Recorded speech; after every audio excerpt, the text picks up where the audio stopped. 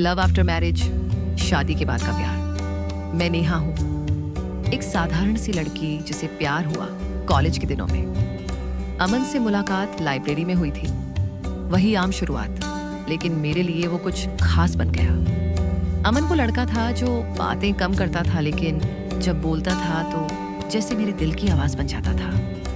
हम दोनों का साथ कॉलेज के 3 सालों तक चला।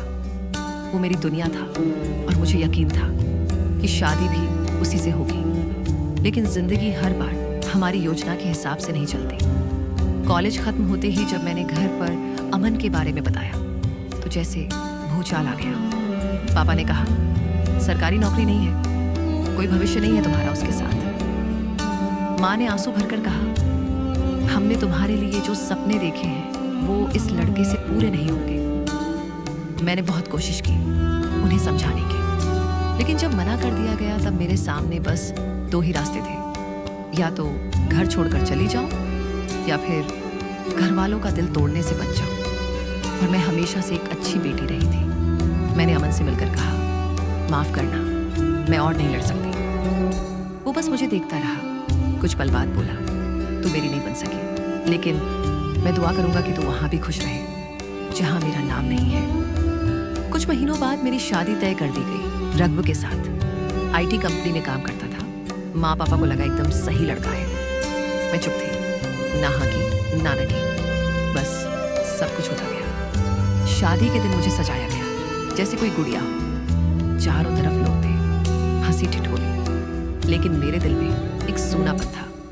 रघु को मैंने पहली बार मंडप में ठीक से देखा। आंखों में शांति थी, आवाज में ठहराव, लेकिन मैं उसके बारे में कुछ भी महसूस नहीं कर पाई। शादी के बाद जब पहली रात कमरे में पहुंची तो दिल बहुत डर रहा था। मैं एक कोने में बैठ गई। सजी हुई दीवारें, फूलों की खुशबू, लेकिन सब कुछ बोझ लग रहा था। रघु अंदर आया, कुछ देर मुझे देखा, फिर बोला, मैं जानता हूं ये सब जल्दी हुआ है, हम अजनबी हैं, कोई जल्दी नहीं, मैं तुम्हें स्पेस देना चाहता हूं। उसने सोफे पर जाकर लेटने की तैयारी कर ली। उस पल में थोड़ा हैरान हुई। मैंने सोचा था शायद वो भी बाकी लोगों की तरह होगा, लेकिन वो अलग था। शादी के बाद हम पुणे शिफ्ट हो गए। मैं हर दिन मशीन की तरह काम करती, खाना बनाना, घर की सफाई, और फिर खिड़की के पास बैठकर पुरानी यादों में खो जाना। रघु रोज ऑफिस जाता, लेकिन हर सुबह मेरी पसंद की चाय बनाकर जाता। शुगर कम डालना याद है, वो मुस्कुराकर कहता। शुरुआत में मैंने ज्यादा बातें नहीं की, लेकिन रघु कभी शिकायत नहीं करता।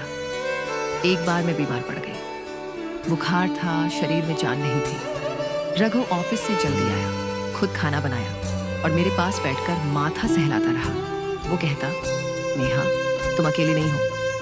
एक दिन बारिश हो रही थी, मैं बालकनी में बैठी थी, वही पुरानी आदत। अंदर से किसी ने आवाज दी, नेहा चाय। रघु था, 2 कप चाय लेकर आया था। उसने मेरे पास बैठते हुए कहा, जानता हूं आज भी तुम किसी और की यादों में खो जाती हो, लेकिन मैं यहां हूं हमेशा। उसका ये कहना मेरे दिल को छू गया। मैं कुछ नहीं बोली, लेकिन पहली बार उसकी तरफ देखने का मन हुआ, ध्यान से।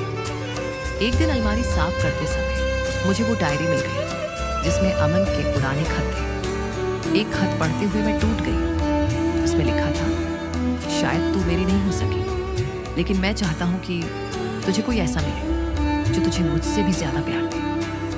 मैं फूट फूट कर रोने लगी। तभी रघु कमरे में आया। मुझे देखकर चुपचाप मेरे पास बैठ गया। मैंने सब कुछ उसे बता दिया, अमन, मेरा बीता हुआ प्यार, और ये भी कि मैं अब तक पूरी तरह उसे भूल नहीं पाई हूं। रघु ने कुछ पल चुप रहने के बाद कहा, मैं तुमसे जवाब नहीं मांगता नेहा, मैं बस साथ देना चाहता हूं जब तक तुम चाहो। उस दिन के बाद कुछ बदल गया। मैं अब खुलने लगी थी, रघु के साथ, खुद के साथ भी। हम साथ में मूवी देखने लगे, वीकेंड पर लॉन्ग ड्राइव पर जाते। एक बार मैं बहुत उदास थी तो रघु ने कहा, चलो तुम्हें की पसंदीदा जलेबी खिला लाता हूं। वो छोटी छोटी बातें याद रखता था और बिना कहे बहुत कुछ कह जाता था। अब मैं उसकी गोद में सिर रखकर बैठ जाती थी, और जब वो मेरे बालों में हाथ फेरता तो मन को एक शांति सी मिलती थी। एक रात बहुत तेज बारिश हो रही थी। मैं ऑफिस से लेट हो गई थी। फोन की बैटरी खत्म, टैक्सी नहीं मिल रही थी। तभी एक कार मेरे सामने रुकी, रघव की। वो भागते हुए आया, मेरे ऊपर छाता किया और कहा, तुम्हें अकेले देखकर दिल बैठ गया था। घर लौटते ही उसने मेरे लिए गर्म दूध बनाया, कपड़े टॉवल में लपेटे और मुझे कुछ कहने नहीं दिया। उस रात पहली बार मैंने उसे गले से लगा लिया, बिना किसी झिझक, बिना किसी शर्त के। अब 2 साल बीत चुके हैं। मैंने धीरे धीरे महसूस किया, प्यार हमेशा पहला नहीं होता। कभी कभी सच्चा प्यार शादी के बाद आता है, जब कोई तुम्हें बिना मांगे अपनाता है। रघव मेरे जीवन का वो इंसान बन गया जो बिन बोले मेरी हर तकलीफ समझता है। मैंने एक दिन उससे कहा, रघव, शायद मैं कभी तुम्हें वैसे नहीं चाह पाई जैसे तुमने मुझे चाहा, लेकिन अब मैं चाहती हूं, पूरी तरह से, दिल से। उसने मेरी आंखों में देखा और कहा, मैं आज भी वही इंतजार कर रहा हूं, तुम्हारी मुस्कान का, तुम्हारी हां का। और अब मुझे मिल गई है। शायद अमन मेरा पहला प्यार था, लेकिन रघव मेरा आखिरी है। क्योंकि जो रिश्ता सम्मान से शुरू हो, वो प्यार से खिल ही जाता है।